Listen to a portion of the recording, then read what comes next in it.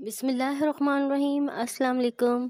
आज मैं आपके साथ भुने हुए शलजम गोश्त की रेसिपी शेयर करूंगी। मैं आज आपको बहुत कम टाइम में और बहुत ही कम मसालों से बहुत ही मज़ेदार सा शलजम गोश्त भुना हुआ बनाना सिखाऊंगी। रेसिपी का आपने विदाउट स्किप देखना है ताकि आपसे कोई भी इंग्रेडिएंट्स मिस ना हो जाए और जब आप पहली दफ़ा में ही शलजम गोश्त बनाएं तो वो आपसे बहुत ही मज़ेदार सा बने। तो चलें आप रेसिपी को स्टार्ट करते हैं।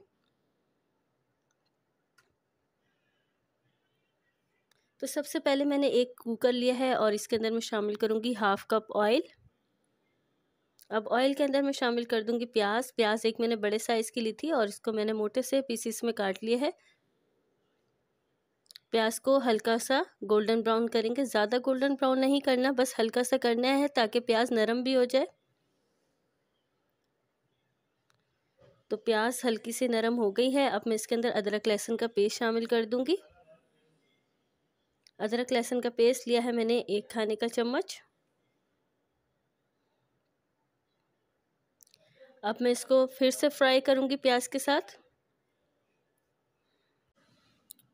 तो यहाँ मैंने अदरक लहसुन को प्याज के साथ फ्राई कर लिया। अब इसके अंदर मैं आधा किलो गोश्त शामिल कर दूंगी।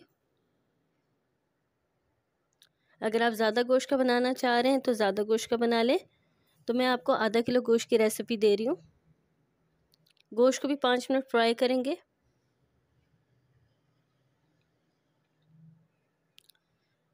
तो गोश्त भून चुका है। जब गोश्त का कलर चेंज हो जाए तो आप समझ जाएं कि गोश्त की भुनाई अच्छे से हो चुकी है। अब मैं इसके अंदर शामिल करूँगी टमाटर का पेस्ट। यहाँ पे मैंने 2 बड़े साइज़ के टमाटर लेके उनका पेस्ट तैयार कर लिया था। आप चाहें तो साबुत काट के भी डाल सकते हैं, मगर पेस्ट से बहुत अच्छा सा मसाला बन जाता है। और अब मैं इसके अंदर धनिया और ज़ीरा पाउडर 1 खाने का चम्मच शामिल करूँगी। और अब इसमें शामिल करूँगी हल्दी आधा चाय का चम्मच, पिसी हुई लाल मिर्च 1 खाने का चम्मच,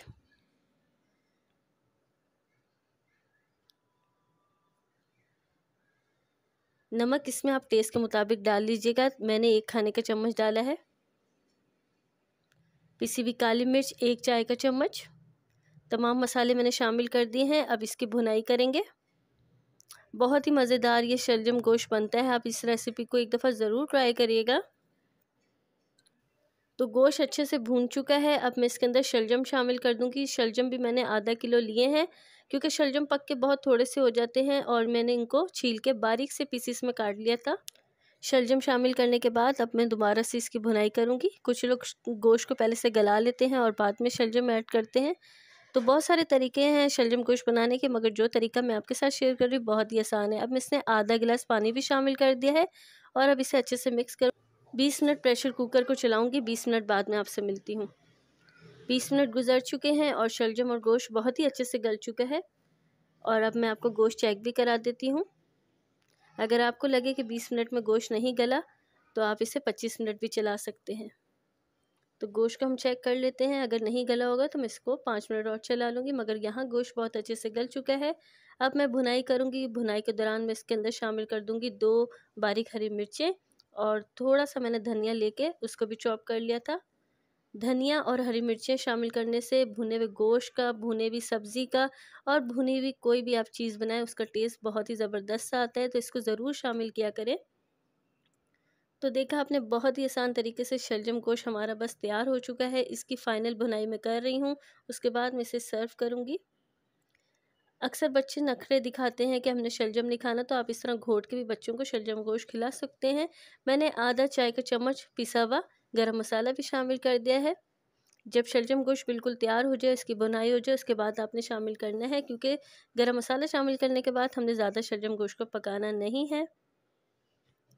तो आप शलजम गोश्त की फ़ाइनल लुक देख सकते हैं। इसकी बुनाई भी हो चुकी है, बहुत ही ज़बरदस्त खुशबू आ रही है। अब इसे सर्व कर लेते हैं। अब मैं एक प्लेट के अंदर तमाम शलजम गोश्त को निकाल लूँगी। शलजम गोश्त चपाती के साथ तो लगता ही बड़े मज़े का, मगर आप इसे अगर बॉइल्ड राइस के साथ खाएंगे तो देखिएगा आपको शलजम गोश्त बहुत मज़े का लगेगा। एक दफ़ा इस रेसिपी को ज़रूर ट्राई करेगा। रेसिपी पसंद आई तो वीडियो को लाइक कर दें, अपने फैमिली और फ्रेंड्स के साथ भी वीडियो को शेयर कर दें और साथ ही साथ अगर आप मेरे चैनल पर नए हैं तो प्लीज़ चैनल को सब्सक्राइब लाजमी कर दें।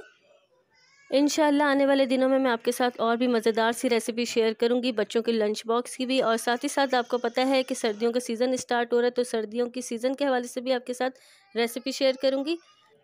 अपना बहुत सारा ख्याल रखिएगा, दुआओं में याद रखिएगा। इंशाल्लाह फिर एक नई रेसिपी के साथ मुलाकात होगी। अल्लाह हाफ़िज़।